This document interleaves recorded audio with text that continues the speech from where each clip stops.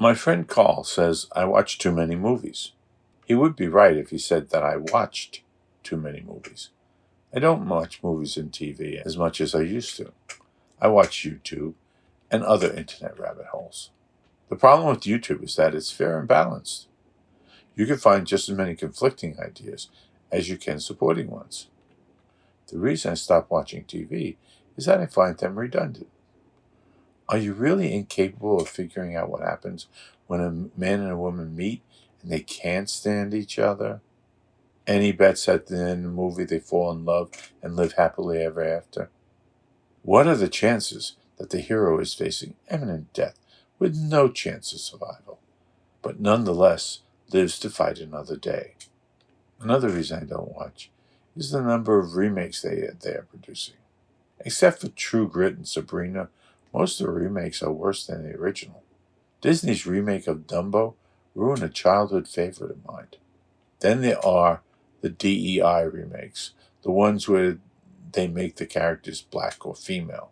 Before you start commenting, let me say I think that we should have films that are indicative of blacks and women. But this isn't the way to go.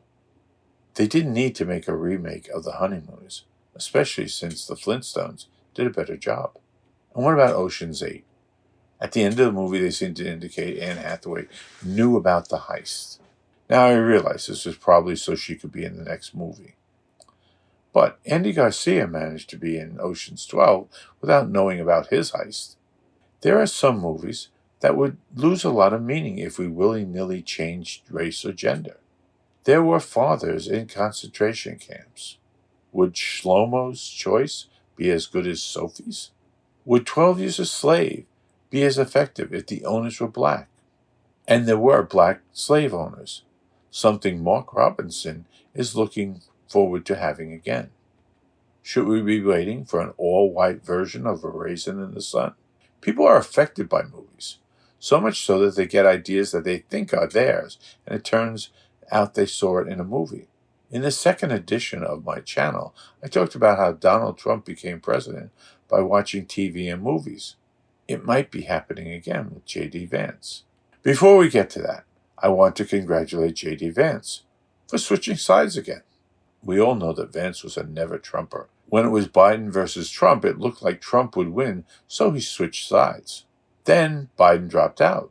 Vance looked for a way to signal that he had switched to Harris's side for the win. It came the night of the election. I'm surprised the news didn't pick it up. Tim Walz asked if Vance believed that Biden had won the 2020 election. Vance replied, Tim, I'm focused on the future. Well, if you focus on what's ahead, it means you're not going back. Thanks, JD.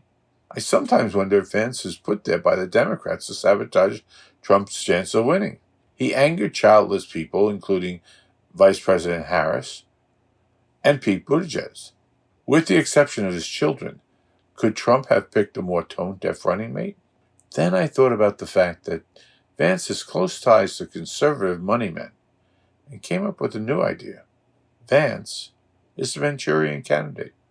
He seems to be intelligent, but ill-informed. He seems to know about as much as Sarah Palin when it comes to the duties of the job. A vice president has a really great job because not only are they there to support the president's agenda, they're like the team member, the teammate to that president. Kamala Harris has already done it because she's been the vice president for 3.5 years. She had the opportunity to enact all of these great policies. That's not how the vice presidency works. You don't get to do what you want. You do what the president delegates you to do. His charisma is in negative numbers.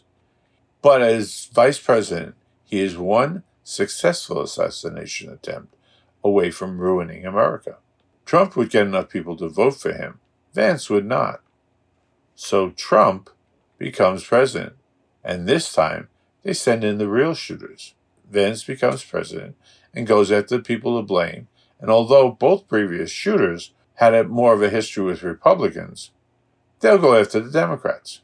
They start at the top and basically obliterate the Democrats to where the only party left is not the Republicans, but MAGA, which in this case stands for Moneyed A-Holes Grabbing Authority.